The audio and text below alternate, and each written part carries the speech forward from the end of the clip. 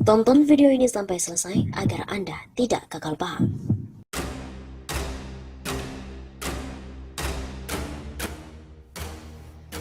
Halo Sobat M51 Safa, kembali lagi bersama dengan kami untuk mengulas fakta-fakta perpolitikan dan juga informasi terkini di tanah air. Terbongkar proyek obor Cina membangun pelabuhan internasional di ibu kota negara. Terbongkarnya kepentingan RRC di ibu kota negara baru, Kalimantan Timur, melalui Project International Direct Call menjadi target jalur maritim Silk Road, RRC dan Indonesia ASEAN menggunakan strategi konektivitas One Belt One Road atau OBOR.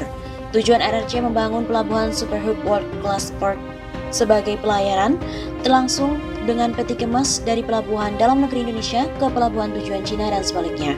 Hal ini tanpa singgah di pelabuhan manapun yang ada di dalam negeri. Penempatan ibu kota negara di Kalimantan Timur untuk skala lebih luas juga menyasar transformasi diplomasi ekonomi Cina-Indonesia dalam pelaksanaan direct call melalui pelabuhan Balikpapan. Hal ini dinilai oleh pemerintah Jokowi memberikan stimulus positif bagi pengembangan obor Cina dalam ekspor gas, minyak, batu bara, nikel, dan lain-lain dari Indonesia Timur dan sekitarnya. Hegemoni kekuasaan RRC ini berperan dalam pembentukan kelas elit oligarki Indonesia dalam bidang diplomasi ekonomi, membuka diri terhadap investasi asing dari Cina, terutama dengan adanya proyek One Belt One Road, yaitu kesepakatan Konsul Jenderal RI di Guangzhou, Ratu Sylvie Gayatri, di mana mengatakan Indonesia telah menawarkan 3 daerah yang sudah ditetapkan sebagai wilayah potensial untuk dijadikan tujuan masuknya investor, yaitu Sumatera Utara, Kalimantan, dan Sulawesi Utara. Kebutuhan pembangunan infrastruktur di ketiga daerah itu dinilai berkaitan dengan kebijakan jalur sutra maritim yang digadang-gadang oleh Cina.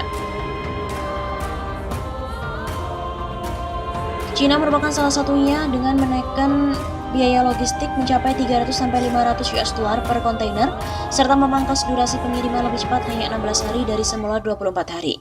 Komoditas ke sejumlah negara tujuan impor-ekspor dan pengembangan kerjasama pengelolaan pelabuhan internasional.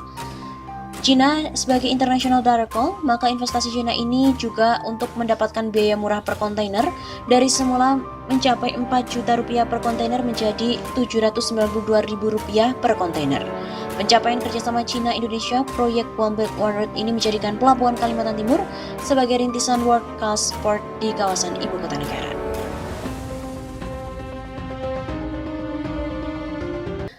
Petisi tolak IKN tembus 10.000 dukungan, inisiator petisi akan bersurat ke Presiden untuk batalkan pindah IKN. Pak Presiden, 2022-2024 bukan waktunya memindahkan ibu kota negara.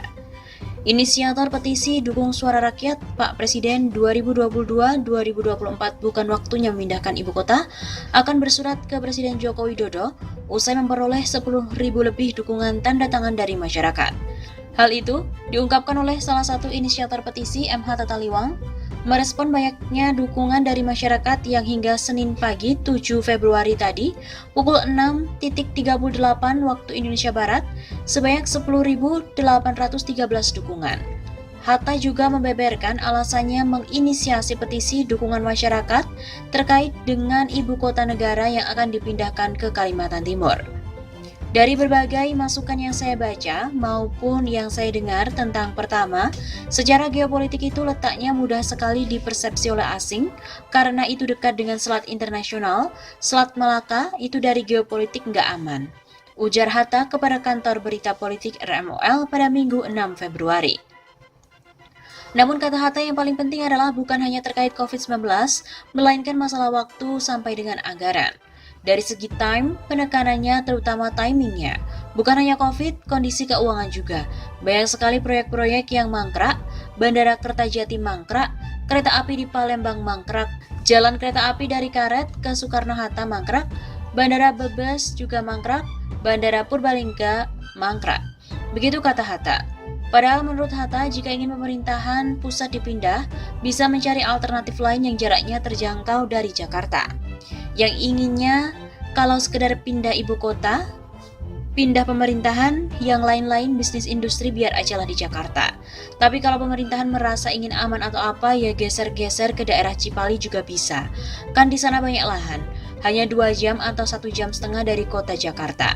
Jadi nggak terlalu berisiko gitu, terang Hatta. Sehingga kata dia, segala sesuatu harus diperhitungkan secara rasional tanpa adanya emosional.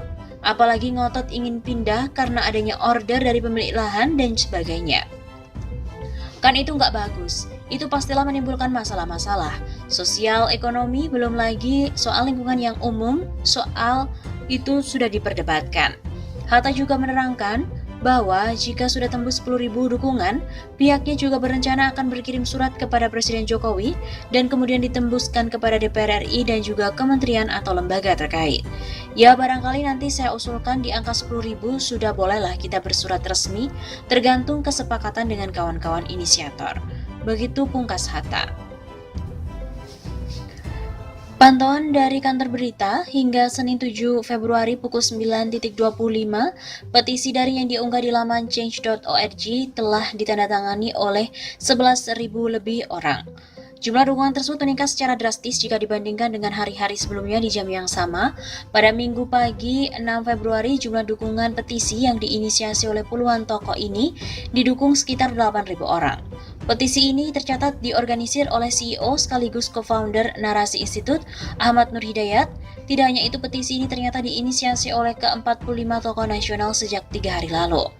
Beberapa nama inisiator yang sudah akrab dikenal publik diantaranya seperti Profesor Dr. Sri Edi Swasono, Profesor Dr. Asyumardi Azra, Profesor Dr. Din Syamsuddin, Profesor Dr. Bushra Mukodas, Profesor Dr. Nurhayati Jamas, Profesor Dr. Daniel Muhammad Rashid, Dr. Anwar Hafiz, dan juga Faisal Basri.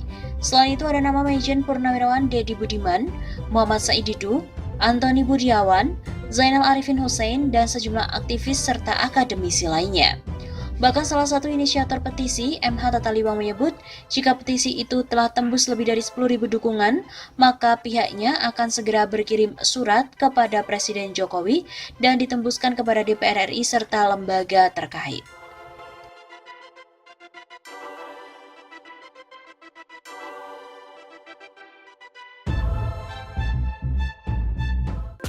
Aktivis gugat Undang-Undang IKN ke MK, sebut pemindahan ibu kota ini bentuk tirani dari kekuasaan. Suara lantang mantan Ketua Umum PP Muhammadiyah Din Syamsuddin menggegar singgung soal aset negara di Jakarta. Pasalnya, ibu kota negara Jakarta yang sudah ditetapkan pindah di Kalimantan Timur itu bernama Nusantara. Menurut Din Syamsuddin, tidak ada urgensi dalam pemindahan ibu kota negara ke Penajam Pasar Utara, Kalimantan Timur. Segera kita gugat Undang-Undang Ibu Kota Negara itu ke Mahkamah Konstitusi, kata Din pada hari Kamis 20 Januari. Menurutnya, di masa COVID-19 di mana negara lebih berkewajiban memenuhi kebutuhan dasar, yakni kesehatan dan ekonomi rakyatnya, daripada memindahkan ibu kota negara baru. Dengan lilitan utang yang terus menggunung, keputusan memindahkan ibu kota adalah kebijakan yang tidak bijak. Din Syamsuddin juga sangat menyesalkan jika demi keputusan memindahkan ibu kota hingga menjual aset negara di Jakarta. Lebih dari itu, deklarator Koalisi Aksi Menyelamatkan Indonesia atau KAMI itu juga mengkhawatirkan kondisi lingkungan hidup yang terancam merusak demi keuntungan kaum oligarki. Pemindahan ibu kota negara adalah bentuk tirani kekuasaan yang harus ditolak. Begitu ucap Din Syamsuddin. Mantan Ketua PP Muhammadiyah, Profesor Din Syamsuddin akan melakukan langkah nyata dalam menolak pemindahan ibu kota, yakni dengan mengajukan gugatan Undang-Undang Ibu Kota Negara ke Mahkamah Konstitusi. Din Syamsuddin menilai pemindahan IKN di masa pandemi tidak memiliki urgensi apapun. Merespon upaya hukum yang dilakukan Din Syamsuddin direspon oleh pengamat hukum Universitas Al-Azhar Indonesia, Suparji Ahmad. Menurut Suparji, apa yang dilakukan mantan Ketua Dewan Pertimbangan MUI itu adalah hal yang biasa dalam negara demokratis. Kata Suparji, siapapun yang merasa dirugikan bisa menyalurkan hak konstitusionalnya melalui Mahkamah Konstitusi. Pihak yang merasa dirugikan hak konstitusionalnya atas suatu undang-undang pada dasarnya dapat menguji konstitusionalitas undang-undang itu kepada MK. Demikian kata Suparji. Dijelaskan Suparji, dengan digugat ke MK, Undang-Undang IKN dapat diuji dari aspek formil maupun material. Melalui MK akan diuji pada aspek formil dan material dari undang-undang itu, termasuk juga akan diuji bukti kerugian konstitusional daripada pemohon. Begitu pungkasnya.